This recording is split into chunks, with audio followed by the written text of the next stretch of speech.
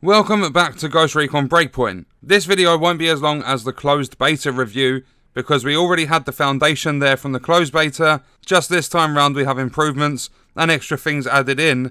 But starting with the graphics improvements, to me personally it felt a lot better, it looked nicer. And I'm not saying it was the best in terms of graphics, but it wasn't exactly diabolical. It wasn't the worst thing in the world, but obviously it wasn't the best. For a 2019 game, they probably should have pushed for better graphics. It could still do with a lot of work, but I remember a lot of people saying that they won't have time to change anything because the closed beta was a month before the release of the game, and they managed to change a fair amount of stuff for the open beta. Even during the closed beta, they were doing maintenance to fix things that people were having troubles with. The gameplay was still smooth for me, it always has been, although a few people, mainly on PC, have said that it's been laggy and pretty much unplayable, but I'm pretty sure they will sort this out, as the Ubisoft Paris developers are listening to a lot of important feedback so far. Whether or not that will change when the game launches is another story. Two examples were, when they announced there wouldn't be AI teammates like there was in Wildlands, the developers listened to all the feedback, looked at how much of the community were complaining about it, then they implemented the AI teammates. So when the game fully releases, we should have teammates alongside us when we're playing solo.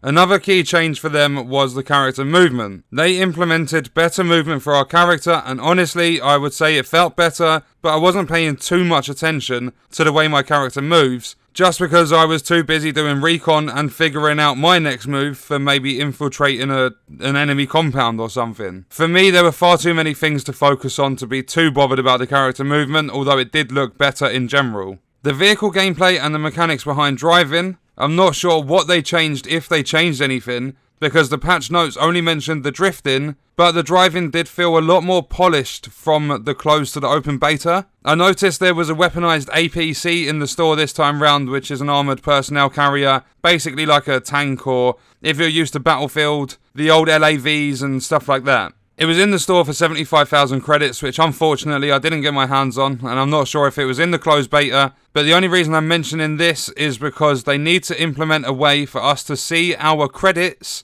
without having to travel back to Era 1 and enter the shop. That is currently the only way I've found to actually see how many credits we have in game, and it's just in general, it's annoying having to travel back to the social hub just so we can see our credit balance and find out what we can buy with it. Another thing I would like to see implemented at some point is a field of view slider. The camera being stuck so close to your character can sometimes be a little bit irritating.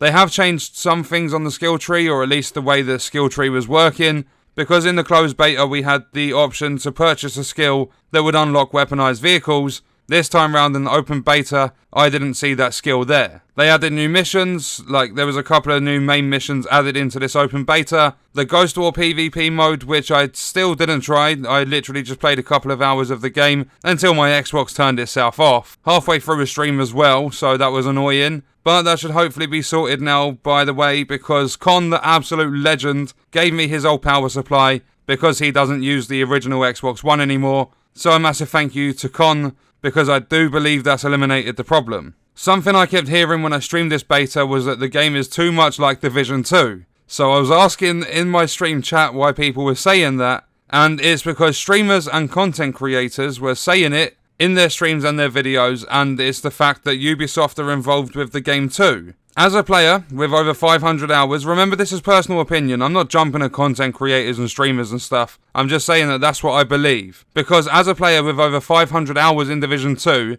I can tell you, the only similarity between this and the Division is the loot. The fact that there's loot pools, gear score, that is the only similarity. This game is actually the narrative sequel to Wildlands. It's a big open map, like open world with vehicles like Wildlands. Almost every single control in the game for your character is the same as Wildlands. It is basically Wildlands 2 with features from other games as well. I didn't get around to playing the extra missions they added or visiting the extra regions they unlocked, but I did get my hands on a weapon that had a 35 gear score and a gold star next to it, thanks to the stream chat letting me know that was available, and it was a G28 Scout Wolves weapon, although I didn't actually get to use it because my Xbox bricked itself just before I was going to run a mission with it. But overall, with the changes they made to the open beta from the closed, and the feel of the game, it's definitely worth checking this game out. the addition of it doesn't matter so much right now, because it's a year one pass, like a season pass, whatever you want to call it, and a few skin packs as a difference. If you're able to grab it on a sale, it's an even bigger bonus. You'll definitely get your money's worth from this game 100%, but bear in mind, the devs have left it open to play how you want, so if you are playing run and gun, do not complain there's no stealth, because that side of the game is spot on